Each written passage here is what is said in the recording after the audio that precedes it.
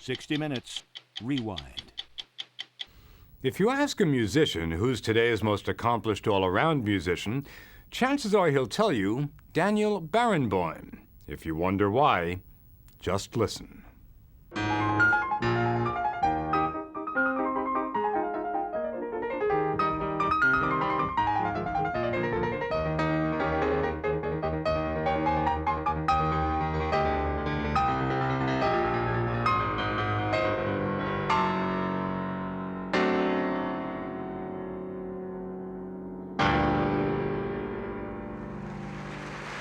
Daniel Barenboim is probably also the world's busiest musician with 2 full-time jobs.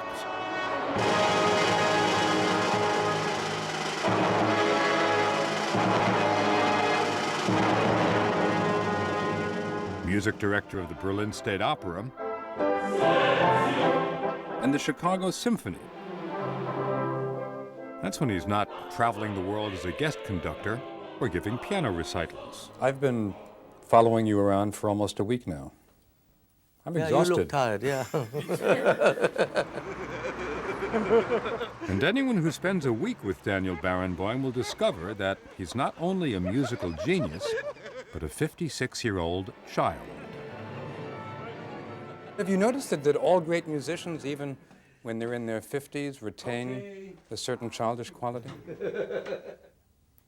Yes, because I think that in order to make good music, in a way, you also need a certain amount of naivety, of childlike, I wouldn't say childish, but childlike nature.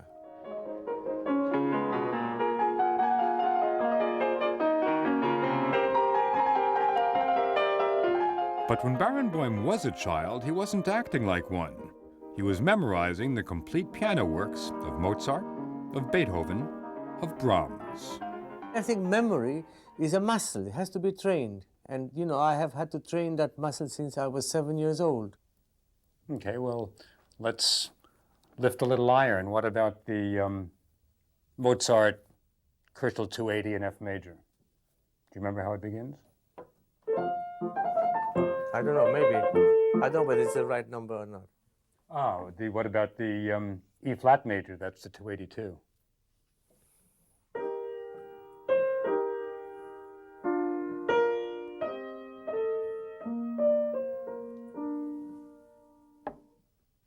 D major? And you think anybody will believe that you didn't give me those questions before we actually did this interview? We didn't. It was hardly necessary. He got it right every time. 331 A major?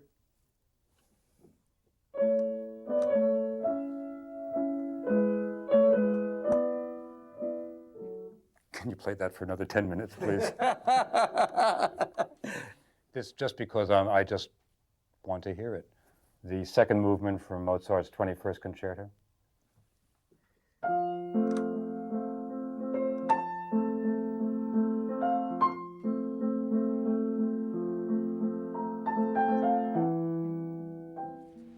Daniel Barenboim has been playing in public for almost 50 years.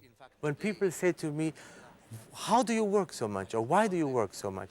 I say, but I don't work. I do what I really love to do. You know, tomorrow I'm going to conduct Meistersinger in Bayreuth.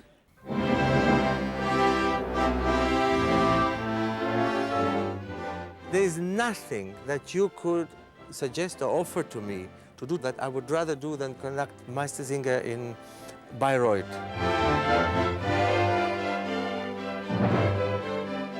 The Meistersinger, Bayreuth. Bayreuth is a small town in Germany, the home of 19th century composer Richard Wagner. The Meistersinger is one of his 6-hour-long operas.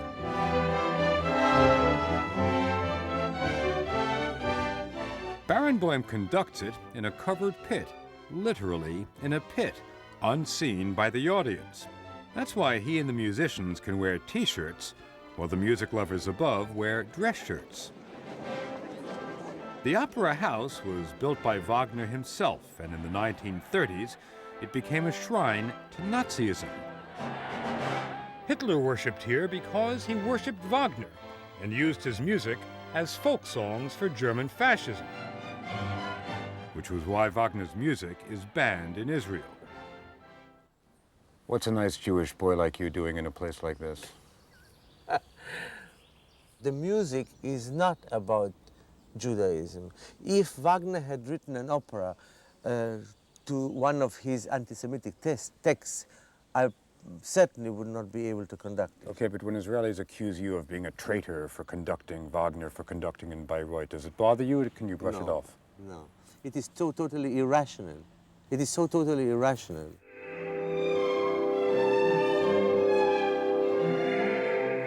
But for all his conducting skills, he's most at home at a piano.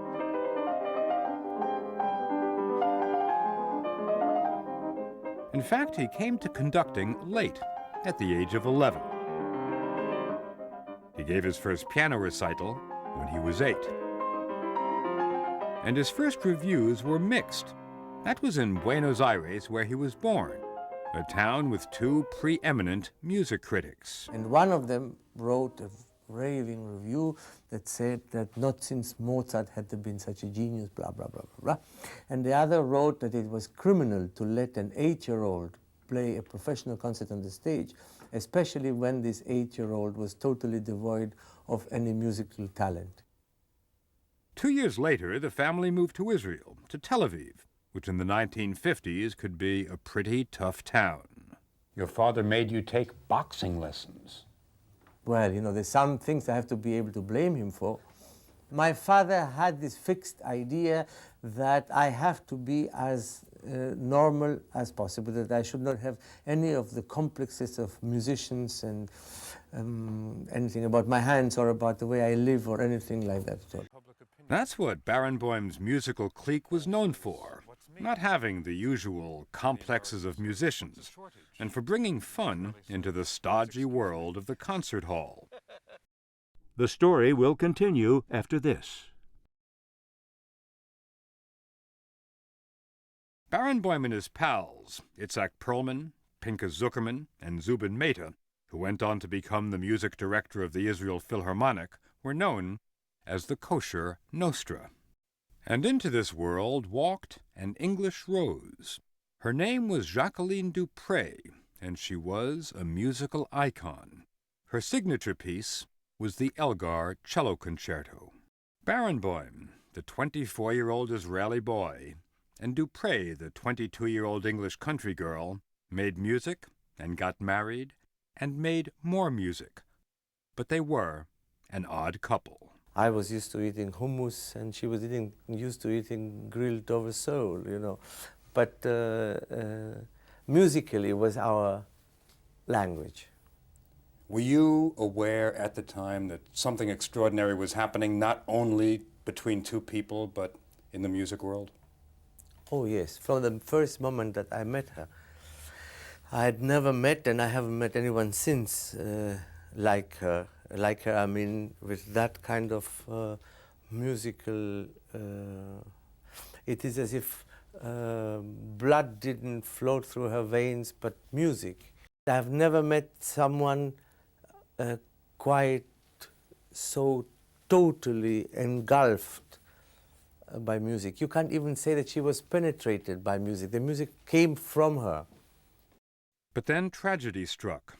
Jacqueline was diagnosed as having multiple sclerosis. Within a few years, she couldn't walk or play the cello anymore. In 1987, she died. Can you listen to the Elgar Concerto today? I don't try. I don't try.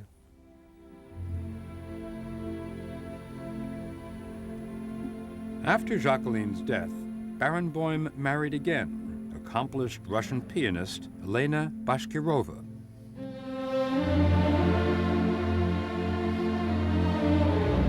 And he went on to replace Sir George Solti as music director of the Chicago Symphony Orchestra. After the announcement was made that I was to succeed Solti, one of your colleagues asked me, he says, so what do you think, what are you going to do with, what can you do with the best orchestra in the world. I said, only make it worse. I said, you know. You received some mixed reviews the early days of your conducting in Chicago. Oh, yes. You weren't as precise as Schulte. You could never tell what Barenboim was going to do. A rehearsal would be one thing, the performance would be something else, and the next performance would be something else entirely. Mm-hmm. True, absolutely true. And what was it like reading these reviews? Look, I think that one has to be fair to the critics. Either you depend on them or you don't depend on them. And frankly, I have not been bothered by bad reviews in the same way that I have not been uplifted by good reviews. It's true. The reviews have changed. They're virtually all good now. Barenboim has not. After opening night in Chicago this fall, he was off again to Washington, New York, Havana, a maestro in perpetual motion. You've compared music in that sense to life, this ephemeral thing surrounded by silence. Absolutely. And you said that music has prepared you in a certain way to deal with death. Absolutely.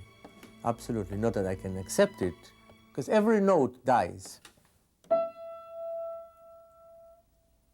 It's gone. It will never come back like this again. That's why there is a tragic element in music, in all music, even in the happiest music, because it always gives you the feeling, not only the feeling, the knowledge, that it cannot stay, because the sound dies when the note is finished. Lucky for us, Daniel Barenboim isn't.